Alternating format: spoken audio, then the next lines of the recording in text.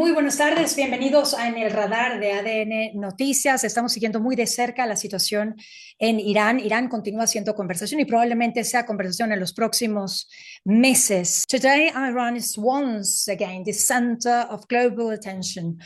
What began as protesters over collapsing economy, a soaring inflation, and fuel corruption as well, has turned into something far deeper. A direct challenge to the Islamic Republic and their authorities and to the regime.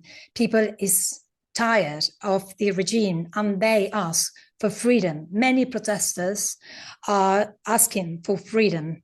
But what's happening in Iran and why women are the center of these protesters? Women obviously accompanied by men too, but women have fought really hard for freedom in Iran in these protests. To talk about it and to understand a bit more about what's happening inside Iran, it's impossible to ignore a voice, Masih Alinejad. She's been an activist and also she's a journalist, she's an author too. She's been an activist since a long time ago. 1994, she was arrested by the Islamic Republic regime. She's now with us and I'm very honored to receive you here. Welcome to El Radar.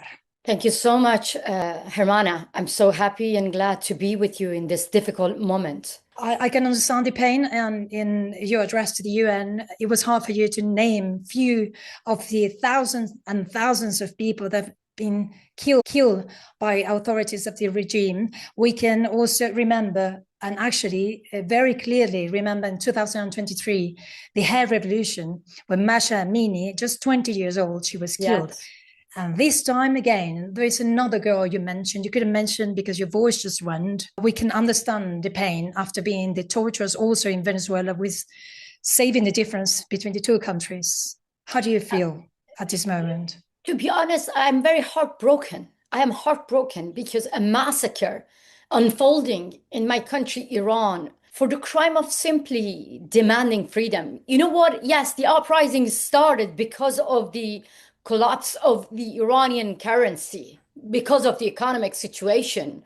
But immediately it went beyond that. It became a political uprising, which I don't call it uprising anymore. I don't call it a protest anymore. It is a revolution because people are in the street risking everything, chanting against dictator, chanting against the entire regime, because this is a regime. As you mentioned, my sister killed Mahsa Jina Amini, 22-year-old woman, for the crime of showing her hair, was killed, tortured, beaten to death in the hand of morality police in 2022.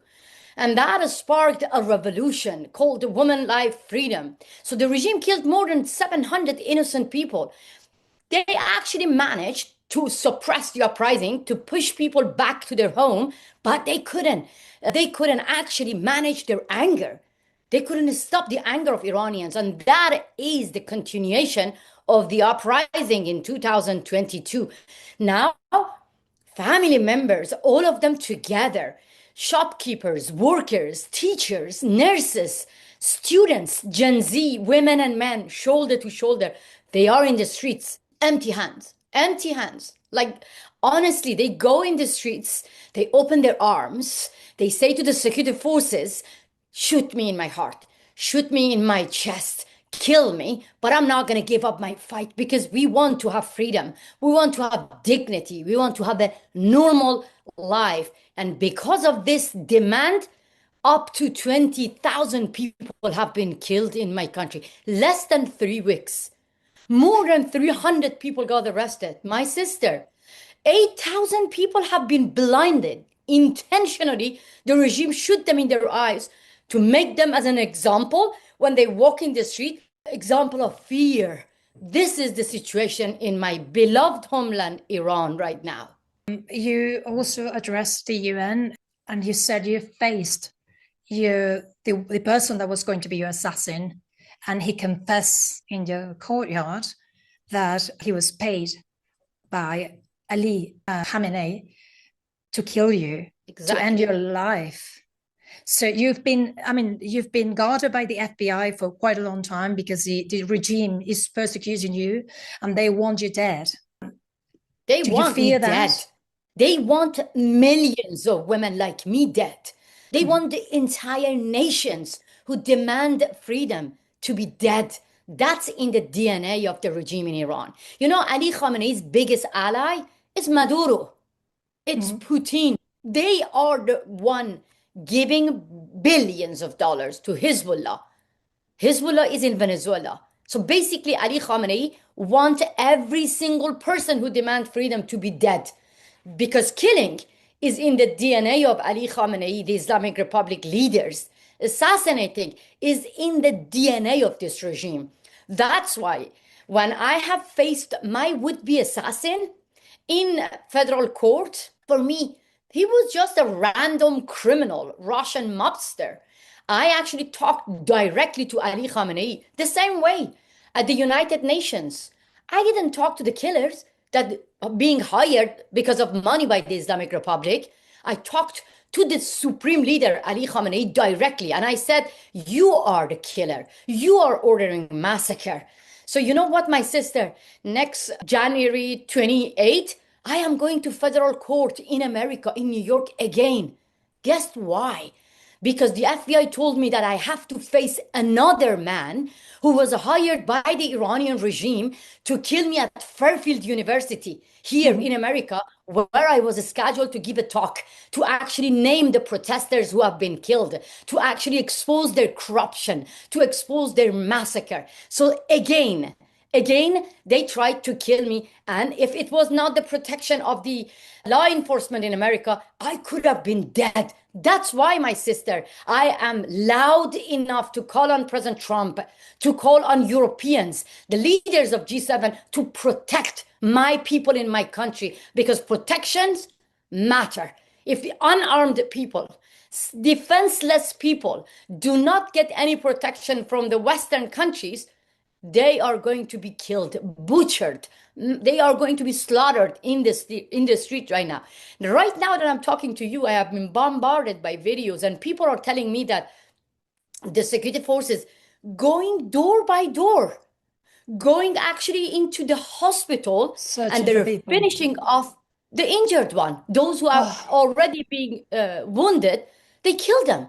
That's the barbaric regime in Iran. They treated people like ISIS, and they have to be treated by international community like ISIS. You are talking about this slaughtering and death and how the brutality of the regime that has been 40 years. We can see it now because it's the protests. I think they're the biggest one, even bigger than the ones that we faced in 2022 or we saw in this part of the world. But you said once in an interview that you were tired of speeches. You were tired of people saying, yes, we are with the Iran and we are with Iranian people and we know and understand the suffering. And this Friday, the 23rd, the UN Rights Council will hold an emergency meeting, especially on Iran, because of the UN Human Rights Council, actually, because they say there is alarming violence used against protesters, but there's been alarming violence used all the time. You were arrested in 1994, and there's been so many people be killed. Even this fighter, young man, that also was killed in 2020. Even Donald Trump said, "Do not do this. Do not touch him." They waited, and even though he said that, he was killed secretly. He was hung, as the regime does too.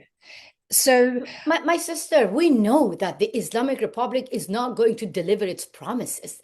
This is very obvious for us that the Islamic Republic used diplomacy to buy time. To buy time, yeah. And then rebuild and recover. Like the Maduro's regime, exactly the same. 17 dialogues, and they did not actually keep their word in any of them. Yeah. Maduro and Khamenei, they do not have anything in common. But like culturally, religiously, nothing different. But at the same time, what these two dictators have in common, it's crushing their people, crushing democracy, hating freedom, and sticking in power. That's why they are killing my people and they're lying to the rest of the world. And that's why when Maduro was captured by President Trump, millions of Iranians celebrated that. They want to see Ali Khamenei either being removed by President Trump or being captured, because this is the only way. Do you think he feels that he is going to be captured like Nicolas Maduro? Oh yeah, he is now hiding like a brat, like a rat. He is the one scared of unarmed people. We haven't seen him in our Iranian television lately, at least, and we've seen that there is a blackout. Also, people is helping themselves to have internet with Starlink. There are also economic consequences of not having internet in Iran. What's the situation at the moment that you're receiving and the information at the moment in your country? It's absolutely darkness. The leaders of my country using internet and social media, but at the same time, they shut down internet and ban 90 million people from using internet. That is a crime against humanity as well. When they put their own people in a total darkness and communications blackout. You know why they do that? It's not because they want to stop people to identify each other, to find each other, and to go back to the streets. No, because people are going to take back to the street anyway. They do it because they want to hide the evidence of the crime against humanity. They want to actually cover up the massacre unfolding in my beloved homeland, Iran. I am being bombarded by videos, photos, and messages from Iranians inside country because of Starlink. Because of Starlink, I see that how people are begging the rest of the world to help them, to save their lives. Why? Because now you all see that dead bodies are in the streets, just staring at the sky. Like defenseless people got killed by military weapons, by AK-47. You see the mountain of body bags, dead body on the top of each other. You see children, you see women and men. And that's the regime that killing people for peacefully demanding freedom. So absolutely darkness, but at the same time, I want to call the European leaders. I want to call the leaders of G7. Why don't you kick out the Islamic Republic officials from your own soil while they're banning 90 million people from using internet? My sister, the relative of the Ayatollahs, their children, right now living in America, having their luxury lives. They live in Europe, going to universities, having parties, doing their hair. This is hypocrisy that Europeans do not take action to actually telling the regime that we're not going to accept that. Shut down the embassies, at least showing the Iranian people that you really stand with them. Otherwise, enough of giving a speech, endless back-to-back meetings. For what? Condemnations? Really? You think condemning the killings of up to 20,000 people is appropriate action? It is not. And the history will judge those leaders who had power to stop the massacre, but they choose to just, say that we condemn that. We are so sad. This is really bad. Take actions. You've been 32 years since you were arrested, 1994. It's been so hard. You've been out of your country. You had to leave for your own security, and you live now in the United States. How do you feel about it? It's been 32 years. I think all the organizations, international organizations, have failed. They have failed the world. And what's going to happen, since we are having a Europe that is actually discussing in Davos the situation in Greenland, and we have this situation in Iran where people is being murdered while we are talking. We should be brave enough to name and shame not only the killers in our countries, but also name the leaders in Davos, the leaders who are going to Munich security conferences, the leaders who are having back-to-back meetings and trying to say that they care about the human being, they care about dignity, they care about democracy. But I want to tell them, President Macron, Prime Minister Sommer, German Chancellor, the leaders of G7 and the leaders of Europe, I want to tell you that if you really don't care about people of Iran, you better watch out, because the same killers will target your citizens on your soil. Why? Because the Islamic Republic is using transnational repression to target their opponents, to target non-Iranians on European soil, Canadian soil, Australian soil. Here in the United States of America, I have survived 3 assassination plots. The regime tried to kill President Trump. The regime is sending their killers everywhere. And they're not alone. They're not alone. They wanted to kidnap me. The guy got arrested, is in prison here in America, but he was planning to kidnap me from my home in New York to take me by a speedboat to Venezuela.